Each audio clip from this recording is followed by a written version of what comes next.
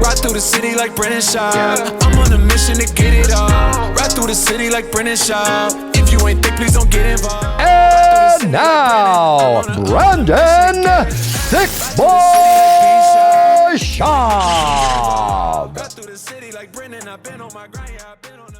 Yes, sir. Monday morning, 9-ish a.m., August 24th. What's poppin', fam? How's everybody doing? Everybody good? Your boy's rocking the newest Full Violence collab with your boy here, Big Brown Fight Club. This drops Wednesday. So this drops Wednesday at Full Violence. We'll probably have it up on BigBrownLive.com as well. They got the Kimbo collab on there, so they're popping over that Full Violence. So Wednesday, kids, Wednesday, I'll be blasting it out. Get you some. This thing's pretty dope, pretty tasty. It's one of my favorite teas we've ever done. So, yeah, man, it's toasty. It's toasty out there. It's been 100, I don't know how many days in a row. You just get used to it. You just get used to it out here in Texas. And Tiger's scrimmage that was canceled last Thursday is supposed to be today. So your boy can't wait. See what the kids got. And then Saturday's the big jamboree. Saturday's the big dog. Saturday's the big dog where you scrimmage two other teams. They're 40-minute scrimmages, brand new teams. It's not inter-squad. So tonight's scrimmage is going to be against another Lake Travis team. But Saturday, the jamboree, they see where you're at. You either get put in the elite, middle tier, or you just buns, as the kids say. So we'll see what we got, man.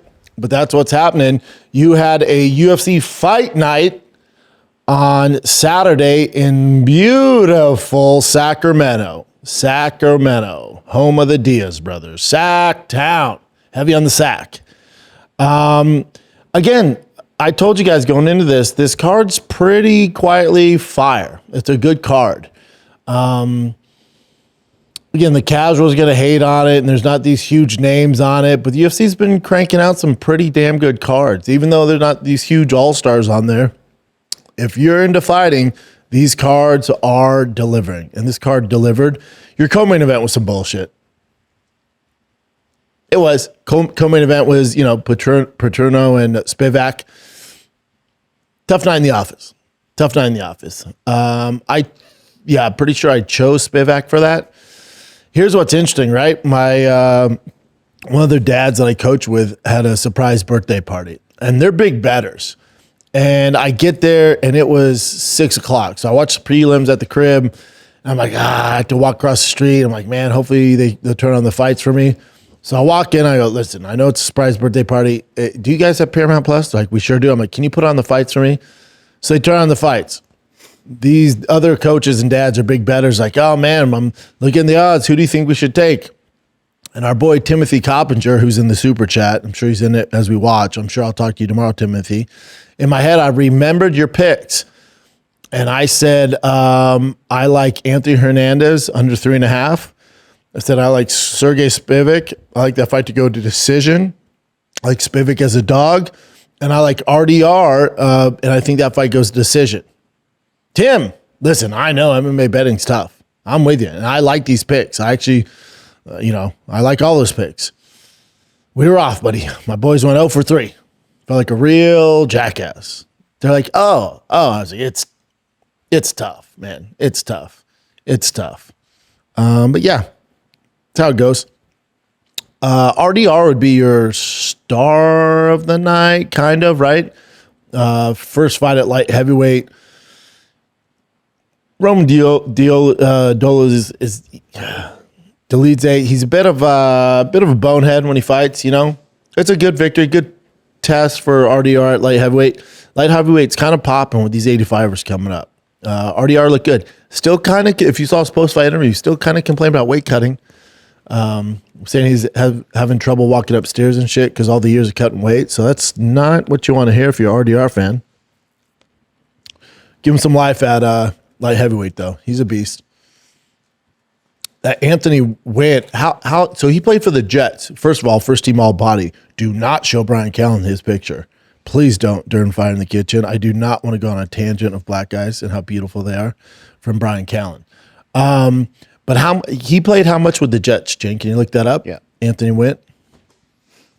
He's an explosive fella. explosive fella, which you would expect. Built like a brick shit house.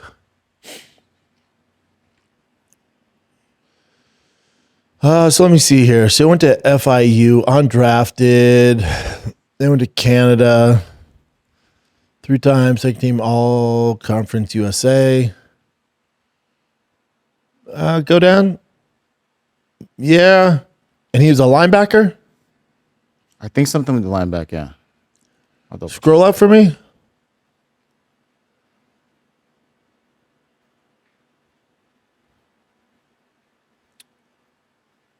So all Dade County, some good. So that's good schools over there. Yeah, linebacker. Now go down to his. Let me see his stats. So he's 5'11", linebacker at the end of the world. 230, okay.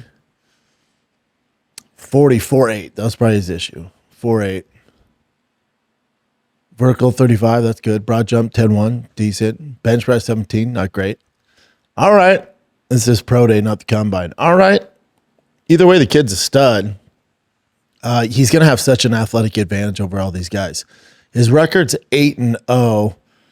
TKO, submission, decision split. Had a tough one in Fury FC. TKO, KO, TKO, TKO. But this is kind of what you want. He's starching dudes. This is kind of what you want for a contender. Like a kid coming up, or prospect. How old is he? 30. All right. Not crazy young, but all right. All right. He's going to be a problem. Heavyweight division, especially heavyweight division, him being so much more athletic than everybody and explosive, he'll go pretty far. Pretty far. Sergey Spivak made Petrino just look like freaking prime Tyson Fury with his footwork. Just didn't press the pace at all. Just a bullshit fight, man. And I think Spivak was ranked number 6 in the world. Is that true, Chin? I think it was 6. Insane. That heavyweight division is terrible. 9. He's 9 now with the meta rankings. I think they do update This is on media Mondays rankings. Now. This is meta UFC rankings. Petrino was 11. God, that heavyweight division is so buns. Jesus Christ, man. Sergey Spivak isn't sniffing the top 20 if this is 10 years ago. God, it's bad. It is what it is. With Petrino, too, it's like, I don't know. Not a crazy ceiling. But let's get to the main event. Gregory, Rodrigues, Anthony Hernandez. Now, the biggest surprise of this fight for me, a great main event. Entertaining. If you're a Fluffy fan, it was hard to watch. He kind of got beat up. Even worse, this time just didn't get finished like he did in the Strickland fight. So you're thinking, all right, fight Strickland, gets his ass mollywopped, gets his ass handed to him. And then we need a rebound here. He's going to get better. He left his camp where he was normally at. And he comes to Vegas, he's training with Thiccc. It's all right. He's getting dialed in, and it's kind of a similar result. Just got outclassed, outmuscled, got beat up. He got beat up in this fight. The leg kicks are clearly an issue he needs to address. And it seems to me like when he goes against a true 85er, he seems to struggle just overall. He's just not big enough for the weight class. Now, you can watch other shows similar to this one, and they're all going to recommend Fluffy Hernandez move down to welterweight. Not a bad assumption. The issue is how old is Anthony Fluffy Hernandez? That's easier said than done. Now, could he? Because he's not the most lean, ripped guy, so it looks like he might have a little bit of weight he could lose. And 32. He's only 32. Yeah, so he's not young either. That's asking a lot for that young man. That's asking a lot. He's had a lot of success at middleweight. But it just appears if he, how do you say this? If he wants to be like with the elite, it's probably not going to be at middleweight. He's probably gone as far as he can here. I know I sound like Dean Thomas with Jillian, but it's not like these are competitive fights when he's getting to the top. He's getting absolutely destroyed. They're not very competitive. So could just be the wrong weight class. Everyone's going to say go to welterweight. At 32, easier said. That's not just something you decide during camp. His entire lifestyle would have to change in order for him to get down to welterweight. At 32, depends on what he wants to do. Can still win a shit ton of fights at middleweight. Will never compete for a title. But can make money, win some fights. He is damn tough. How long was his win streak? 6, 7, 8 win streak before he gets stopped by Strickland. So clearly he's doing something right.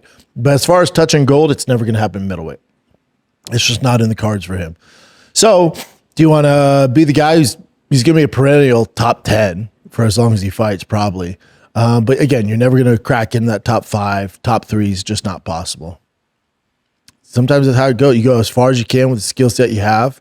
A little undersized. Strength is an issue, especially when he fights real middleweights. So it's like, what do you want to do? You want to be a top 10 guy? Probably making decent money, good money. Or if we're going to chase greatness, we can go to welterweight. Again, but you look at welterweight, it's like, who's he beat at welterweight? Look at the top 5 guys at welterweight. Tell me how Fluffy Hernandez, skill-wise, would match up with those boys at welterweight. We can go through it. Go down to it's right there. So your champ's Islam. You better pray to God he retires before you jump down to welterweight, because that's never happening. Carlos Prates, Ian Machado Garry, Michael Morales, JDM, Sean Brady, Bonfim. And then after that, maybe you can compete. Medic's a problem. Don't even get me started on Emasov. It's tough. Welcome to the UFC. It's tough, especially if you want to play in the deep waters. So again, I don't know at welterweight if that's the answer. Again, all this is predicated on what's he want to do. Can he still make a damn good living in middleweight? Yeah, can beat a lot of guys there. But again, it's just never going to crack those top 3, top 4 guys. It's just not happening. Everyone says cut to welterweight. All right, let's look at welterweight. Okay, they're even more talented there. And now your entire lifestyle's changing. You're changing the way you eat, you diet, you train, your complete lifestyle change. And for what? Again, probably similar results. You'll be maybe a top 10 guy. That's maybe, depending on how you feel at welterweight. Or we just keep cranking some wins out at middleweight, and it is what it is. Maybe get the right matchups and get a crack at a title shot eventually in 2 or 3 years, but it's not looking great. And sometimes that's how it goes, man. Not everyone's meant to be world champions. He's damn good, though. He's damn good. But the narrative's going to be, if you watch other shows, he needs to cut to welterweight. It's like, does he?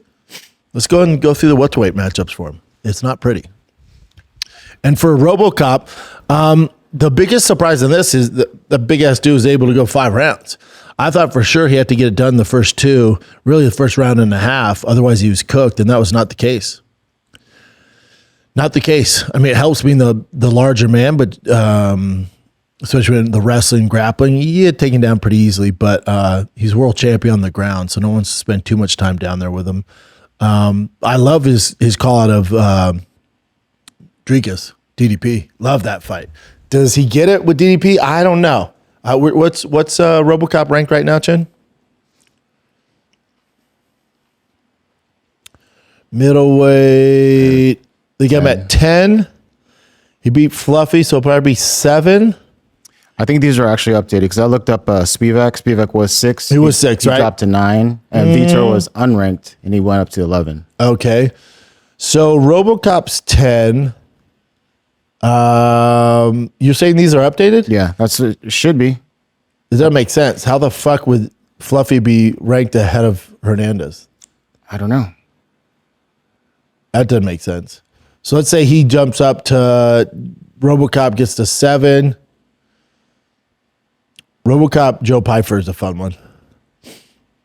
The DDB fight makes the most sense. It would be such a fun fight, but I just don't know if DDP is going to fight a guy ranked outside the top 5. I like DDP Joe Pyfer. Middleweight's quietly kind of cooking. Quietly kind of cooking. But yeah, meta rankings are every Monday following any official UFC event. They're updated Mondays. So RoboCop's 10. Yeah. He's definitely not getting the DDP fight. Unless DDP just wants to scrap, but that's so wild. They still have Hernandez ranked 7. I guess he went on a streak there. He has some bigger wins, but they fought heads up. How can you rank him higher? That's always weird. It's Yeah. so I don't dumb. know how that works. I'll tell you what, I'm not mad at. So everyone's like, oh, Izzy versus Bo. I like that for Bo. I don't like it too much for Izzy. It makes a lot of sense. But I like Bo versus RoboCop. I like that. I like Bo versus Anthony Hernandez. It's a big step up, but not seems to be about that time. See what we got. Isn't that, the RDR was just too soon in his career. Seems to learn from that. Fluffy would be a tough task for him. Fluffy would be a good one. Who knows how long he's out, though. RoboCop, though, again, he showed up to the post-fight interviews in a wheelchair. So Yeah, they were both jacked up. yeah. So I don't know if they're going to be around long enough and soon enough for a Bo Nickal matchup. But either one of them would be fun for Bo. Either one. Either one. Yeah, overall, great night of fights. Chris Taco Padilla, the super chat, love that guy. He looked great. Yeah, the whole night was good, man. The whole night was fun, except for that co-main event bummed me out. But outside that, great night of fights. Great night of fights. Yeah. Fun fights. Super fun fights. You had this, and RAF seems to be the talk of the town no matter what. Henry Cejudo was like, oh, I lost to Merab. He just kind of didn't train and showed up, lost his things wrestling. He was embarrassed. So he's like, I'm going to train this time. And then just mollywops Merab. That's typically how this should go, by the way. Jordan Burroughs defeated Sean Brady. Yeah. Yeah. That one's kind of silly. Gable Stevenson won. Yeah. The big one that most people are going to talk about is Max McNeely versus Bo Nickal. So he beat Bo Nickal via decision 3-2. Now, it just is what it is. Bo came in with a lot of hype. So with that, you have a lot of people who love him, like myself. Then you get a lot of people who hate him. So Bo gets a lot of hate. Now, people are going to see this and go, oh my God, how embarrassing for Bo. Oh my God, he lost in wrestling. I thought wrestling was his thing. Oh, this is such a downfall. This is going to hurt Bo's brand. Right. And you're going to hear that a lot of these MMA channels. Listen, anybody who tells you that does no ball, and does no wrestling. So Bo hasn't focused on straight up wrestling like this for at least 5 years. He's been completely transitioning, not like WNBA transition. He's been completely transitioning to a full-time mixed martial artist. So that's jiu-jitsu, wrestling for cage fighting, wrestling for MMA. He's been training a ton of striking, which I hate, but he did win by kicks and, multiple times. But either way, his whole focus now is becoming a mixed martial artist.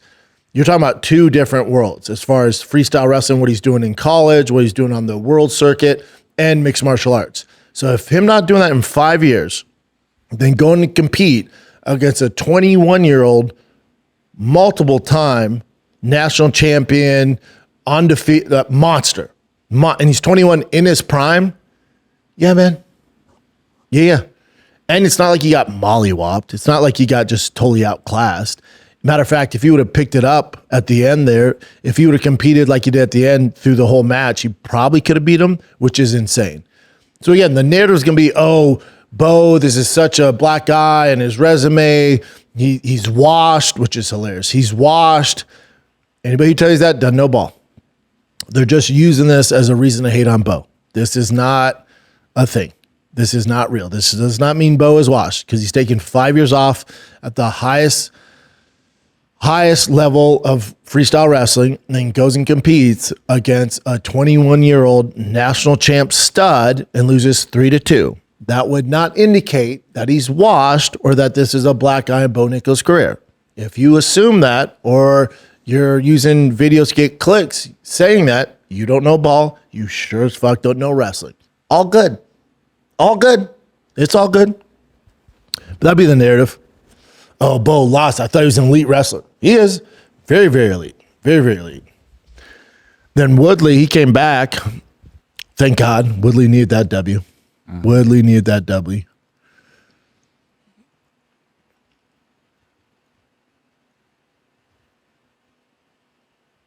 Yeah, because he was down, 7-1? And what's Joaquin Buckley's background in wrestling?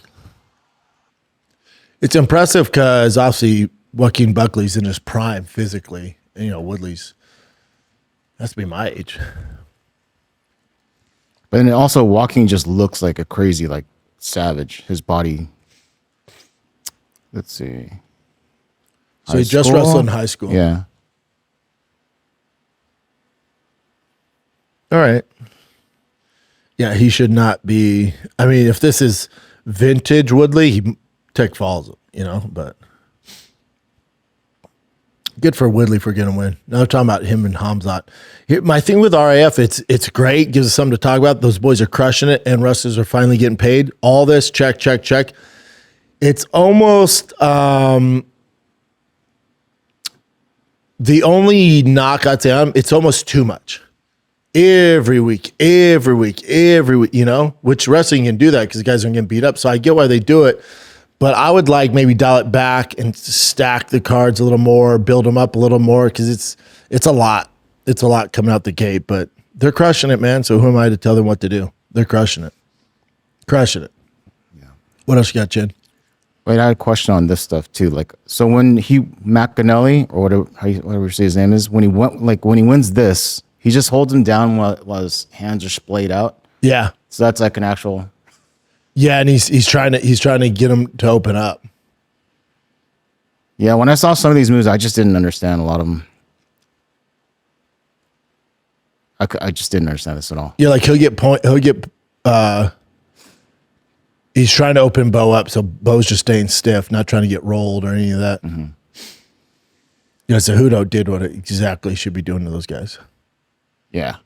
There's one thing I want to talk about. It's Real Housewives of the UFC, but sure. I had no idea that Dolidze. So you remember that girl Cheyenne, that really attractive girl from the UFC? She only did the UFC for a little bit. She was a ring card girl? No, she was a MMA fighter. Let me just show you a picture real quick. You'll probably this girl. I can't say I do remember. What about her, Chin? Oh, there was some drama in there because she was with a guy.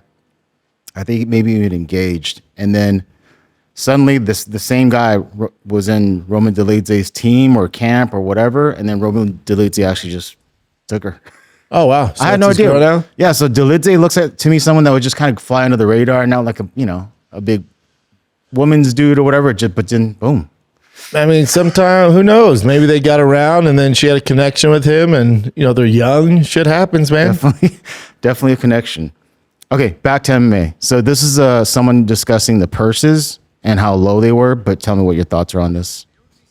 Official pays are out. The state of California releases them every single time, and these are the official disclosed pays of every single fighter on the card. Here's the big issue with it. Some of the fighters are probably getting paid a lot better than we think. Also, some of them are probably getting paid a lot less. Taking a look at these numbers is important, but highlighting what they mean, that's where you start understanding how bad the UFC pays these guys. Overall, it's $2.265 million in base pay with $500,000 in bonuses. Keep in mind, considering the pay structure the UFC got from the Paramount deal, this would result in an 11% revenue split for these UFC fighters. 11%. And keep in mind, this isn't factoring live gates, sponsorships, insurance, and everything else. You look at this and compare it to the average revenue being given to athletes in other major sports being 48 to 50%. You realize they're getting spit in the face. Even with it being a rough estimate, 11%. That's a screw job. And keep in mind the amount of finishes that were on this card as well. There are people literally losing years off their lives, and they get $12,000 in the base pay. Stop defending garbage like this. This is a Anyway. I don't think anybody's defending it. Not the garbage part of it. We love MMA, though. Yeah, I don't know anybody defending it, but what are you going to do? What are you going to do? Yeah, 11%. Yeah, 11%. But is this new? Did it, I like this guy. I don't think I've seen him before. Or maybe I have seen some of his posts on Instagram. He does good stuff. But my thing is, maybe he has new followers too. It's this is how it goes, man. Definitely how it goes. And there's also no big names on there. So usually the UFC will hide it. Say you had an Izzy on here, or you have a Poatan on there, or you have if it's a main event for a big fight night, those stars, it'll be a big number. So then people are like, oh, these guys are getting paid. And you don't realize that overall, it's only 11%. And it used to be as high as 18% before this Paramount deal. So it's actually going down.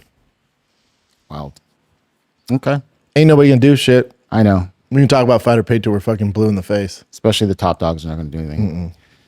This one was frustrating. So let's see. Paddy, Max, and Gable Stevenson, they have to go in front of their hearing for jumping the freaking, getting on the fence. You know what I'm talking about? Yeah, for jumping up. They always warn you, but usually in the heat of the moment, they leave guys alone. They like never. When I fought in Toronto, they told the Canadian Commission, Toronto Commission, told us if we jump on the cage, we're gonna get fined. I jumped on there, and if it's the heat of the moment, no one really does shit. Yeah, they're not hitting people. I've never heard of them coming after anybody, especially stars, especially big name guys. Yeah. So, but I mean, the threat is they're gonna withhold their purse. I guess if the argument is not good enough as to why they got another, but usually I remember seeing this a long time ago, and they just whatever they just go. It's like they give them like a slap on the wrist. Yeah, you just have to go to the stupid hearing and do all that crap, and then they're just bitches. They're just bitches. The Athletic State Commission is just bitches. It's all corrupt. Yeah. Do you want to hear Daniel's take on it? Sure. All right. Are in a sport that at times can be ridiculous. 3 fighters from UFC 329 are having sanctioning hearings for celebrations. I gotta be honest with you. That is probably the most ridiculous rule in mixed martial arts. Look, man, we got rules, right? You can't kick each other in the nuts.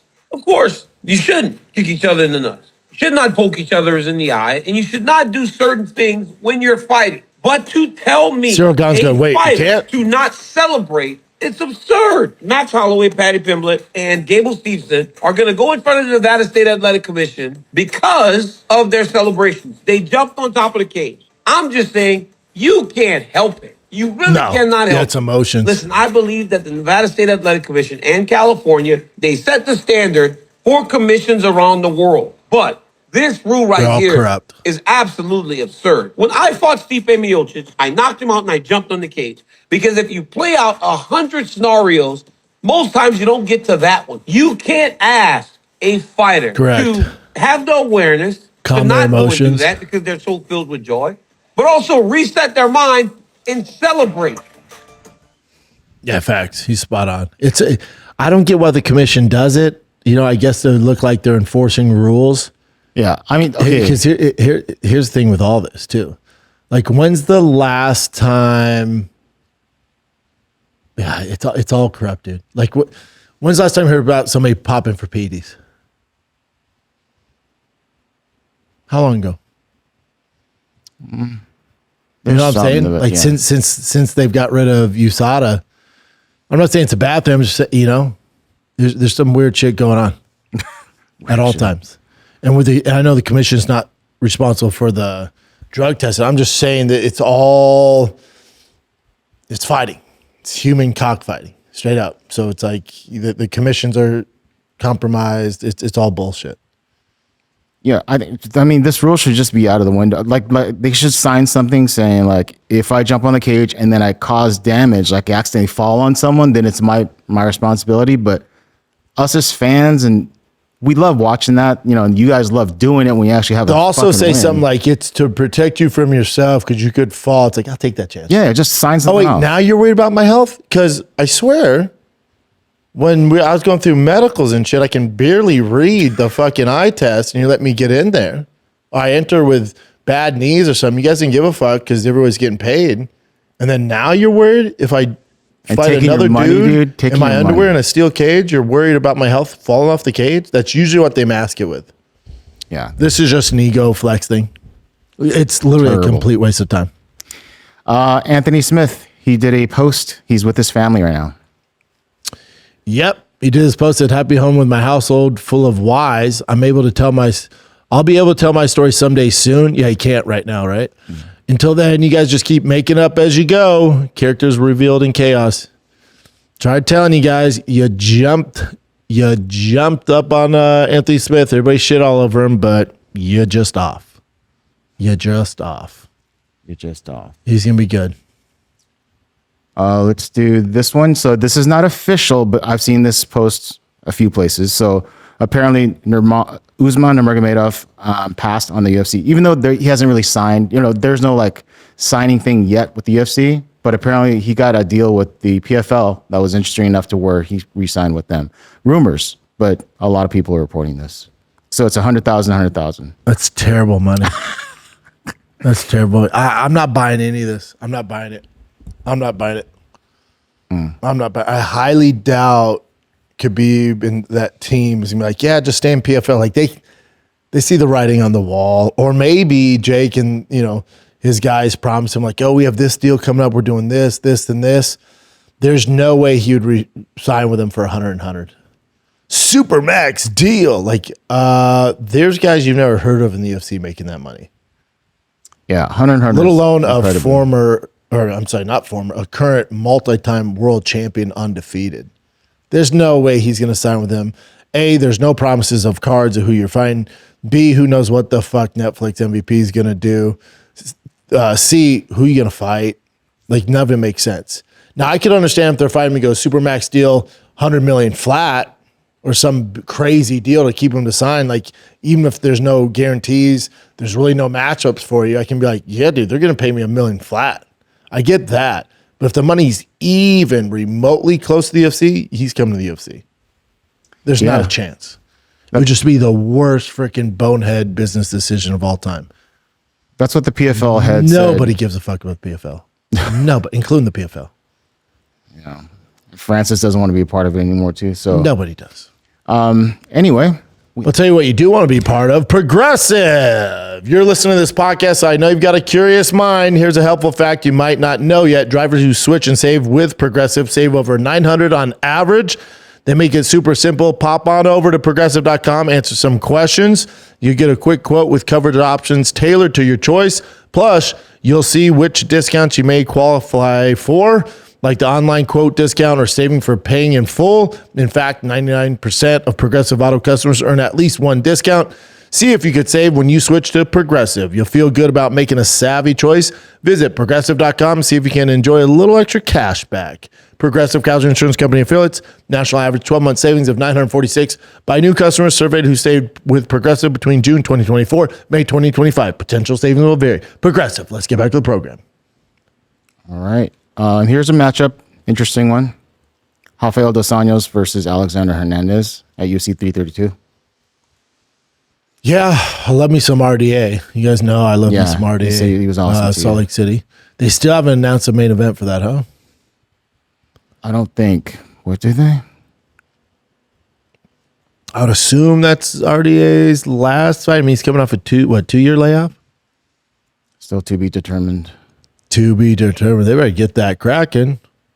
October 3rd, they're all right. Yeah, have a little time. All right, so this is from Takedown Nation.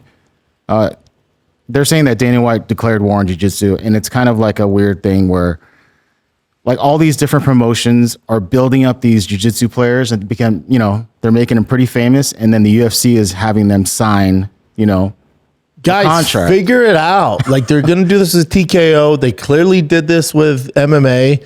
They're just trying to monopolize, literally put a monopoly on BJJ now. Because if you sign with them, most guys like J-Rod here, whoever it is, they could bounce around. So they compete in Craig Jones. They can compete in this. They could do Eddie Bravo Invitational. They could do Pan Ams. They could do ADCC. The UFC saying, you're coming with us. We're going to pay you a little more. You can be way less famous, but you're exclusive to us. Yeah. They're literally just trying to monopolize the business. That's what they do. That's what they do. Yeah, I don't know. So it says UFC BJJ said did not want to compete with the rest of jiu-jitsu, but its actions are starting to tell a very different story. J-Rod has now signed with UFC BJJ and will not compete at ADCC.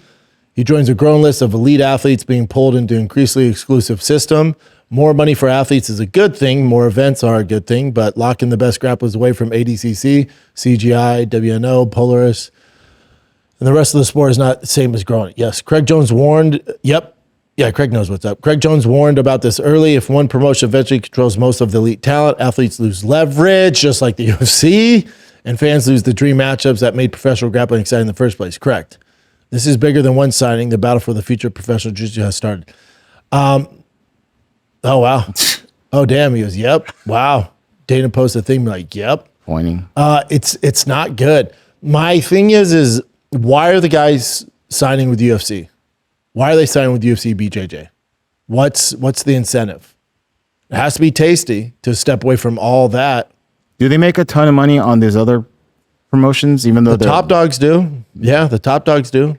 But I'm imagining the UFC. You gotta be a pays real them. outlier, but yeah, they do. But I'm curious how they're signing these guys. What's doing it? Yeah. Maybe they're like, put you on TV. What is it? The Paramount Plus, some shit. Put you on Fight Pass, and then guarantee you a certain amount of matchups. I mean, yeah. I think it's obviously better it be a gets nomad money. and do your own thing, compete in all these big dogs and win all that. But again, I don't know the business model of BJJ these days. Yeah, they're just going to turn into like just feeder leagues, and when they get big, Yeah, but my thing is everyone hates, the business side of the UFC and TKO.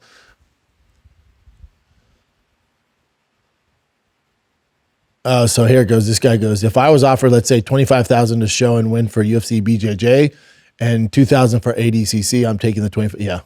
yeah, it has to be this. That's the issue. Like there's not a ton of money in these other promotions. They're saying, so we're supposed to feel sorry for the promotions that haven't been paying athletes for years. That's why I was wondering how much This they is would a fact. pay.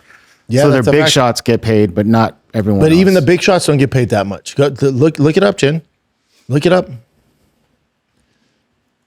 That's how the UFC can come in and $20. I'm sorry, $20,000 for the UFC to pay a BJJ competitor's that's no sweat off their back, and they lock that guy down. Let me do this through chat. It's ADCC, right? Little considering how elite Look the at this. athletes are. And this is how they take over. So, in 2024, men's weight class winner, $10,000. If you get second, $5,000. If you get third, $3,000. Fourth, you get $1,000. It's not even covering your travel. Women get $6,000. Super fight 40. Yeah, it's not good, man. So if you're talking about someone like Gordon Ryan, Felipe, Craig Jones, Nicky Rod, simply winning the weight class ADC, it was only around $10,000. Holy crap! Well, there you go. Yeah, so UFC's like, okay, we'll double that for one fight. Yeah. One competition, not a fight. Crazy, right? That's how they're able to come in. Now, what you could say is the UFC BJJ is actually helping jiu-jitsu because these certain individuals are signing with UFC and they're like, yeah, dude, the only reason we're signing is because we're getting 25 or 30 grand for one match. That forces ADCC, that forces all these other organizations to pay up because they don't want to keep losing guys. It makes them look terrible. So hopefully it rises all ships, So these BJJ athletes keep getting paid more and more and more. That's what you hope. Or they could all be dumb and just the UFC is going to lure them in. Like, yeah, 20 grand a match, and then nobody's competing ADCC, and the ADC goes out of business. And then the UFC locks them in for the rest of their life at 20 grand a match. That's usually how this goes. So it seems like, hey, we're cool, we're hip, 25 grand a pop, dude. And everyone's like, damn, that's way more. Yep. That's going to be for the rest of your life. And they're going to tie you up in litigation contracts so much you won't be able to get free. That's how this goes. All right. So this is Conor and Max going back and forth about something, or Max going in on Conor for what Conor said. I'll just play it for you. Be talking about how it was slippery because of the dry ice or whatever. I don't know what he's talking about because I didn't fall. Him talking about this generational beating. Dude is delusional because to me, he felt slow in there. He felt slow. He looked old. If there was going to be a generational beating, it wasn't going to be on his end. I'll tell you that much. It wasn't going to be coming from his side. At the end of the day, I feel bad for the fans. It was a big event. A lot of people spent a lot of money. Shout out to them to come to support. But had the man weaken the knees from the beginning, I guess. It's just crazy, you know. So Conor's blaming, obviously, the mat being slippery. Otherwise, Max would have gotten a generational beating. But here's my thing. Like, what else is Conor going to say? Of course he's going to say that. I agree with Max. Yeah, he didn't look great. From the little bit of bullshit, he did look older. His haircut really fucked him up. I know, dude. It's like there's even his picture there. He just, he's aged, man. He's had some tough years. Yeah, I do not think he's going to give him a generational beating. Conor did have a great quote, though. He's like, you're telling me the guy who's been hit the most times ever is going to give me a generational beating? But that's how this goes. Like, he's been hit the most times, but he also landed the most times. So he's given and he's taken. That's usually, they go hand in hand, man. Mm-hmm. But yeah, I kind of side with Max on this. Yeah, Max has been going off on people on even Islam Makhachev, too, with holding 2 belts. But anyway... so this is Paddy Pimblett doing a podcast. He says he's on Greenlight. So that's Travis Kelce's brother, for those who that's why you look familiar. I'm not this. Yeah, he's a Super Bowl, I want to say center for the Philadelphia Eagles. He's retired now, but he was a stud. But this is Paddy talking that ultimately he has to go. He's going to go to welterweight. Yeah, no one wants to be the smaller fighter getting in there. Yeah. Like, I think I will eventually move up to 170, but for now I can still make 155. Why would I go up and fight much bigger men? Right. You know what I mean? Yeah. Yes. He also mentioned something about his, before he kept his hair long, and during fights he has long hair, but he would just keep it just flapping around. Yeah. But every time he get punched, like it just looks like boom, boom, boom. Yeah, so that's why he braids. That's his why he hair does now. the cornrows now. Yeah. Yeah, he's a big ass 55 and has a huge advantage there. But yeah, I mean, 170 is in his future. That's a no brainer. He does look really big against everyone too. All right, this is kind of trippy too. Anderson Silva's son boxed Kimbo Slice's son. What are their goddamn names? Damn it! I remember. I remember Baby Kimbo or Baby Slice. Baby Slice. Yeah. But there you go. This guy goes, his name is Gabe, for God's sakes. Yeah, Gabe. Our boy Ben Davis fought Gabe. Did he? Boxed him, yeah. Oh, wow. Ben didn't get the W. Well, but proud of him for getting in there. Yeah, of course.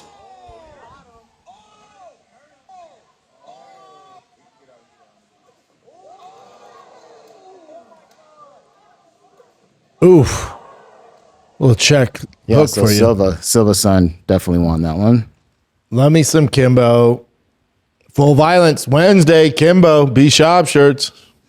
Oh, and there's just some other stuff that's related to you, kind of. Related to me? Yeah, let me find it real quick. Oh, here. So Jorge Masvidal's Gamebred FC is signing a deal with DAZN. Yes, sir. Yep, I knew this was going down. That was our thing. It's like when I was doing the broadcast, I'm like, where's this being promoted at, or where's it being aired? And it'd be like, oh, on Masvidal's YouTube. I'm like, all right, well, that's not a great look. If you guys want to get taken serious, you got to sign with someone. So they signed with DAZN. Yeah, that's pretty good first step. Big first step. Good for Gamebred. Good for Lex. We're getting it done. Those boys been working their ass off. Nice. And more Jorge news. So there's talks about, you've mentioned it before. He has a big thing coming up. And a lot of people are pointing at the possibility of a match with Leon.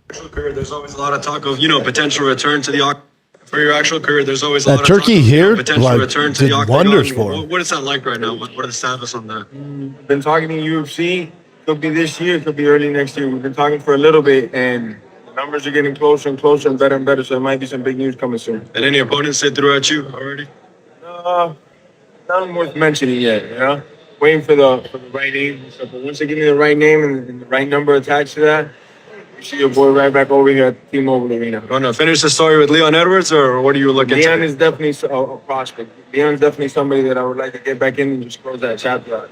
For your actual career, there's 3-piece and a soda. Mm-hmm. Yeah, that hair though, dude. His hair looks fantastic, but also it ain't the end of the year, Masvidal. There's no way. He's so out of shape. He's big. How bad do you think? Like another year or another? Early next year he could do it if they gave him enough time. Like if they told him now, he could do it by February. Okay. But there ain't no way he's fighting like November or some shit.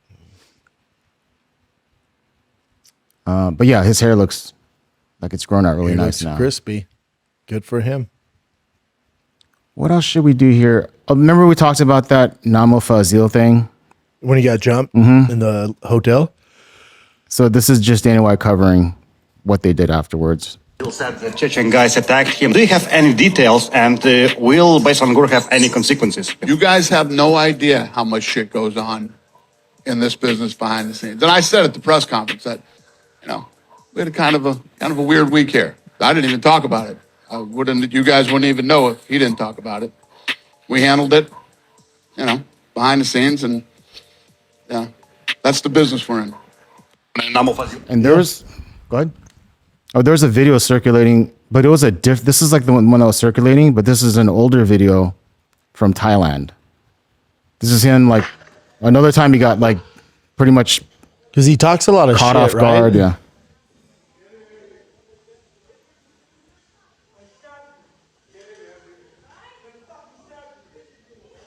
You say they stabbed him? Slapped. Oh.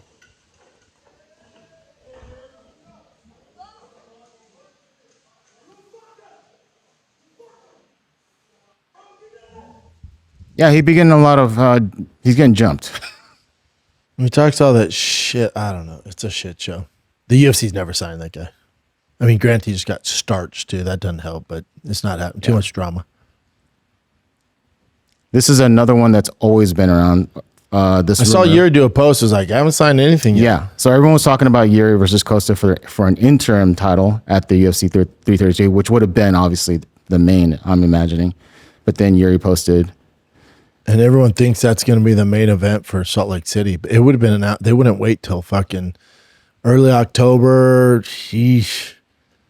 We're at the end of August. They would announce it very soon.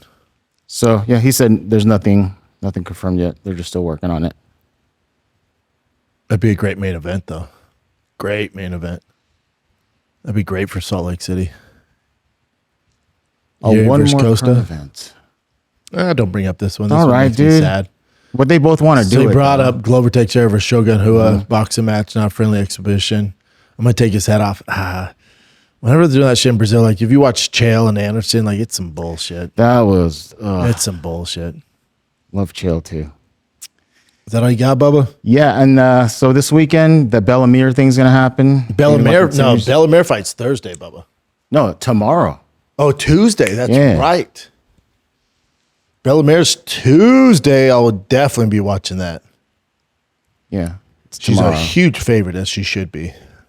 But you got to watch the come up. That's gonna be a fun one. Let's go. Yep. Minus 1,500. Minus 1,500. Yeah.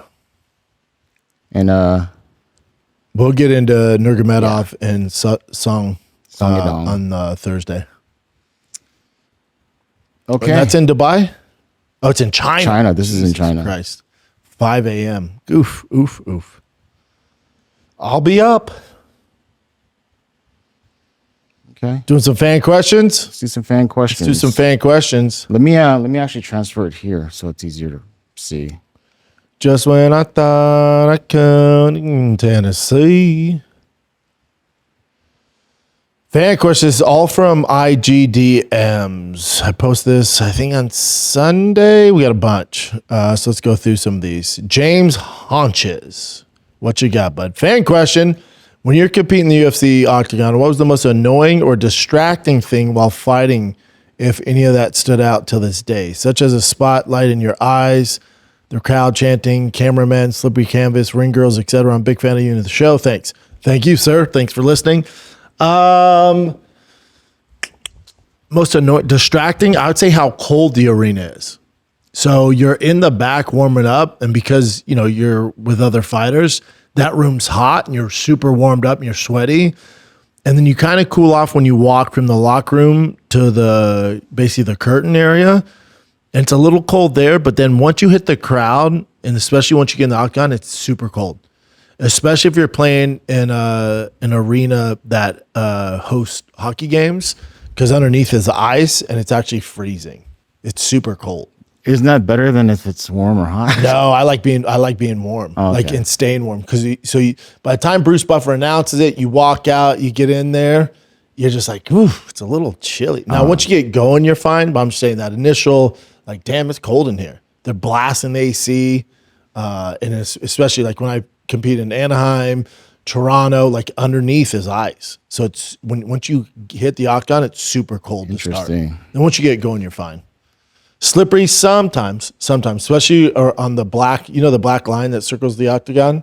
It's a hexagon. That black line can get a little slippery, especially you'll see guys put water down, or if there's water or blood on there, that gets super slippery. The other thing that might be surprising for people too is the mat on the octagon, like the mat floor, it's almost like a carpet. So you'll see a lot of guys with like horrible rug burns. The mat's not soft. It's super, because it is grippy, but it's almost, think about wrestling or doing jiu-jitsu on carpet. Like actual carpet, that'll burn my freaking skin off. So you'll see guys with strawberries on their knees or elbows. It's that the mat's not like soft. It has a lot of give, but the actual material is very rugged. So you can get traction. But it sucks for grappling. Hopefully that helps, dude. This is Mike. Do you think Ian Garry will be champion one day? And do you think Rodrigues will get the belt back? Do I think Ian Garry will be champion? If Islam only has 2 left, he will be. As soon as Islam leaves, Ian Garry's chances go up a crazy amount. Because he's already beat Prates. I think he matches up well against Michael Morales and the rest of the division. I don't know if there's another welterweight outside Shavkat who's going to beat Ian Garry. So I will say yes, Ian Garry will be a champion one day, and once Islam gets out of there, or unless Islam really slows down. If Islam slows down, Ian could beat him. But let's say he doesn't, and he fights Prates, fights Mike Morales. He's like, all right, I'm good, dips out. Ian Gary's probably your next champ. And as far as DDP getting the belt back, yes, I do. Yes, I do. He has 2 wins over Strickland. I think Strickland can beat the brakes off Hamzat again. Not that he beat the brakes off of him last time, but he beat him. I think he beats him worse the second time. I think DDP can beat Hamzat. I also think Hamzat's going to leave the division because of the weight cut. So that opens it up, man. And he already has wins over Strickland, 2 wins. You got Imavov there. I think you can beat him. So, yes. Yes to both those. Ian Garry will be champion. DDP will get a belt eventually. Back. James Warden, what do you got, bud? Fan question. Being that Mighty Mouse is arguably the best true martial artist in the sport of all time, do you think he would have been as successful if he was heavier, like at 145, 170? Meaning if he had that skill set at 145, 170? Absolutely. But usually the guys at 45, 70 won't master the skills, especially the like wrestling, jiu-jitsu, combining all 3 with striking. They just don't have the same athletic ability. They don't have the same technique. They're not as quick. The lower weight classes you go, the more skilled that they are. So for Mighty Mouse to be at 125, so fucking skilled. So if you could take his same skill set and compete at 45, 70, or 45 or 55 or 70, he'd be the best to ever do it there. Yeah, without a doubt. What about the punching power of the higher weight classes? Because remember, I don't think he ever really knocked anyone. Has he knocked anyone out? He wasn't a big knockout artist, but again, he'd be heavier, so his knockout power would go up too. And his ability to take a and his ability, and his speed, like his speed and the way he was able to combine everything is what makes him special. And he was great at everything. He had no weak points at all. Dante McBride. Fan question. Would you rather listen to a 15-minute Ian Garry interview or watch a 15-minute Vitor Petrino fight? Ah, man. Probably Vitor fight, especially if he gets the right opponent. He gets the right opponent, you're going to get a finish. Spivak just wasn't that guy. Ian Gary's just so cringe on the mic. Great fighter, cringy interview. Vitor, with the right style matchup, someone who's going to press and exchange with him and push him to the limits, you're going to get a finish. So I'll take Vitor all day. Petrino looked good too, moving up. He actually looked like Boston. Yeah, he's undersized, but yeah. Mm-hmm. Chase Fuller, what up, dog? Thoughts on Anthony Wint, who played for the Jets? Yeah, listen, especially at the heavyweight division. You couldn't do this in any other division. Like, you won't see a lot of guys at 55. They're not going to play professional football, but 55, 70, 85, maybe light heavyweight, but really, especially at heavyweight, Anthony's going to have such an advantage athletically over these heavyweights. He's going to go super far fast, and then the buck's going to stop because he won't have the experience. And he's in the UFC now. Was he 8-0? So he didn't have a ton of experience. And there's not enough hours in the day for him to catch up with the vets, like him versus Cyril Gahn, him versus Tom Aspinall, Curtis Blades. It's going to be really, really tough for him. And you're going to be like, oh, what about Josh Hokett? Well, sure.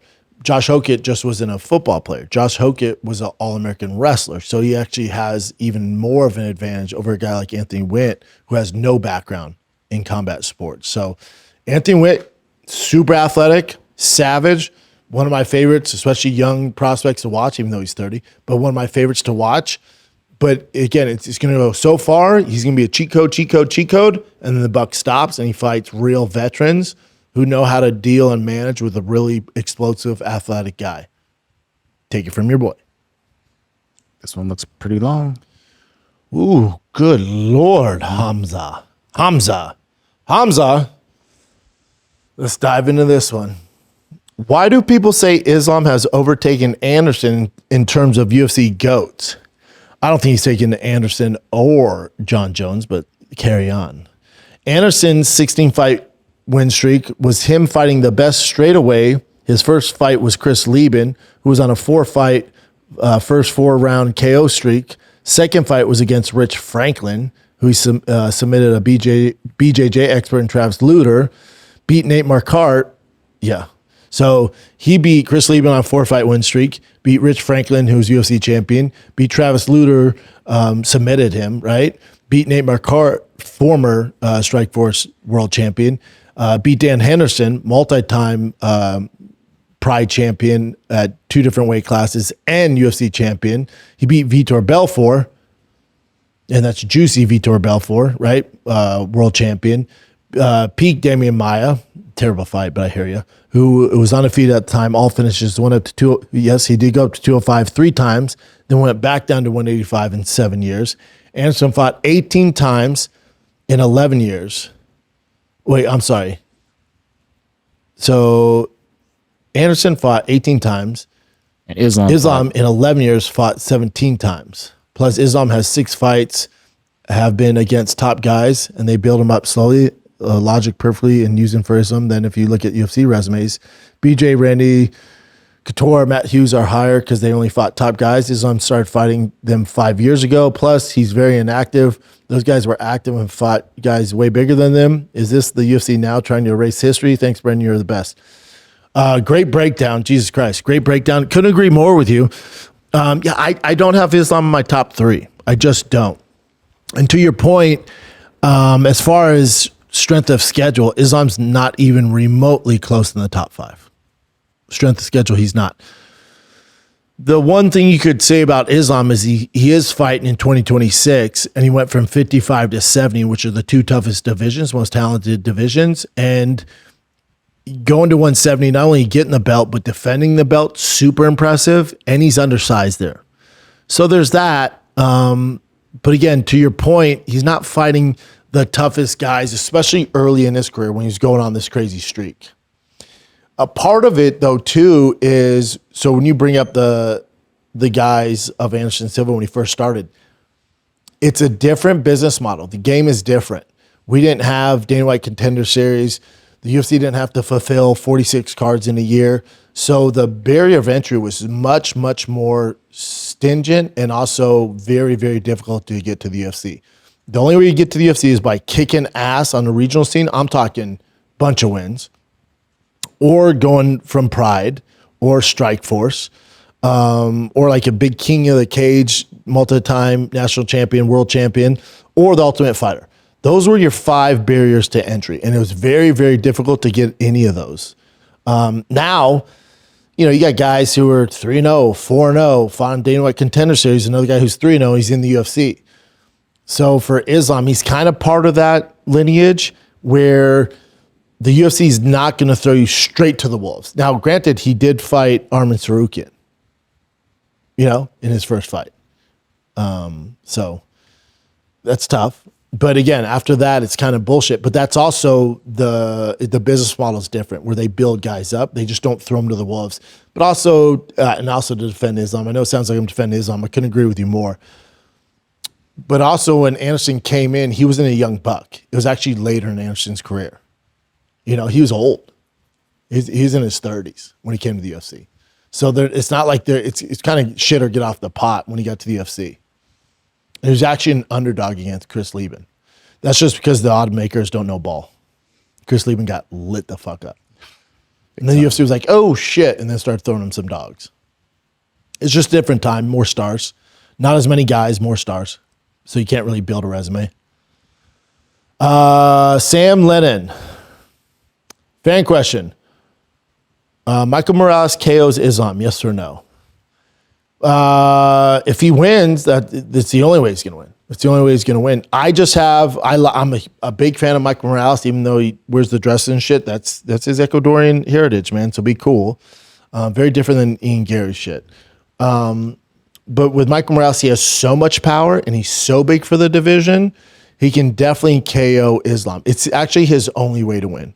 There's not a fucking chance that he's going to beat Islam in 5 rounds. So he has to get it done the first 2 rounds, maybe 3 with his cardio. We'll see how easy Islam can get him down. But if he can defend some of the takedowns early on, not get taken down right away and controlled, he can definitely knock out Islam. I would still favor Islam in that fight, though. Alex, your therapist. Fan question, hey B, have you ever heard of a UFC fighter using a sports psychologist or a performance psychologist? I'm curious if sports psych have any presence in MMA. I went into correctional psychology but tapped out after 12 years with federal inmates. I can't imagine that. Curious if the sports psych would have been a viable path to combine my career and love of UFC. Thanks, love the show. Absolutely, especially today's world. Today's world is a little different where guys are just softer. They are. And there's a lot of guys that use mental coaches. And that being said, a lot of the coaches, Nick, I'm not saying this, I'm just saying some names. Like a lot of these guys who are the head trainers, like Nick Sick, Mark Henry, Faraz, the big dogs, Javier Hernandez. I'm not saying them, I don't know this for a fact, but there's some of the big teams, they will actually not work with you if you're using a mental coach because they think you're weak-minded. There is something to that. But again, we live in a world now where talk about your mental health, tell everybody, post on social media. So yeah, there's a lot of guys. I know a lot of baseball players, football players use mental coaches, shit like that. I'm on the fence on it. I wouldn't say I used a mental coach. I used a breathing technique to control my nerves, and I hired these Navy SEALs.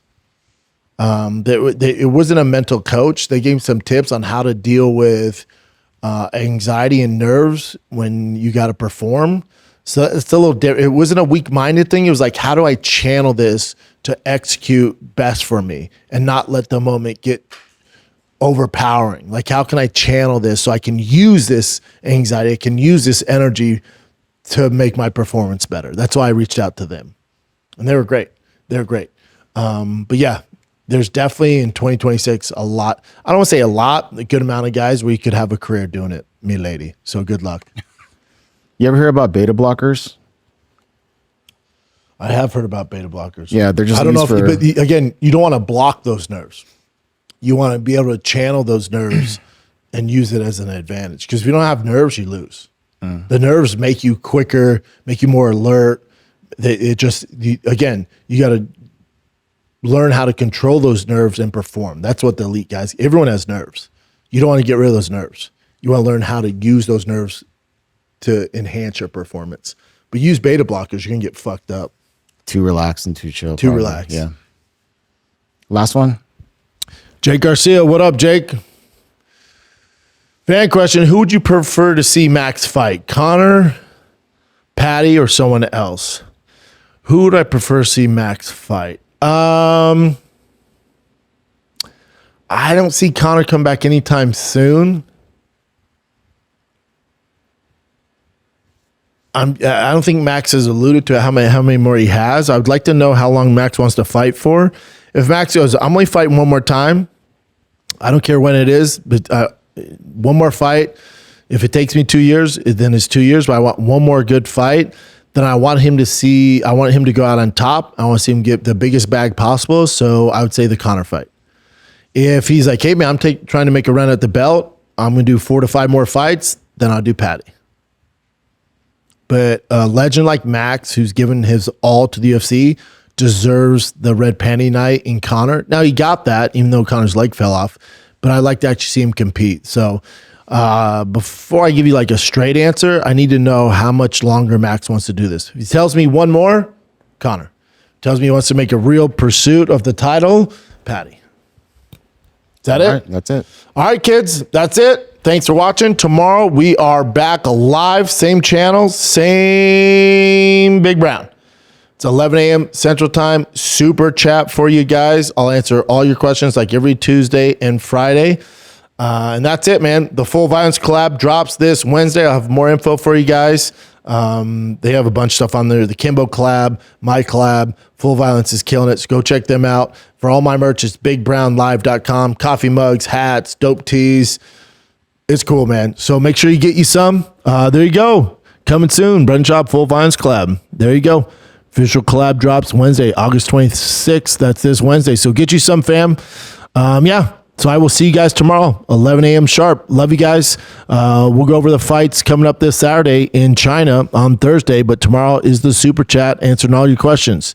If you want to learn if you want to know how you can get your questions answered, you're not in the super chat or you didn't DM me, submit your questions in the YouTube comment section below. Put fan question, Chin sees it, I answer them. That's how we do it, baby. All right, that's it. I'm Big Brown. Wish my kiddo good luck in today's freaking scrimmage, man. I can't wait. I'm Big Brown. I'm out. When you're in a bind, you will find a new fight card to be broken down. And you can't fall asleep, 'cause he'll go balls deep on a card coming Saturday night. It's Big Brown, Big Brown, Big Brown breakdown coming to your town. He's big and he's brown, the Big Brown break. Some of that was good. Down. Brendan Big Brown Schaub. Yeah.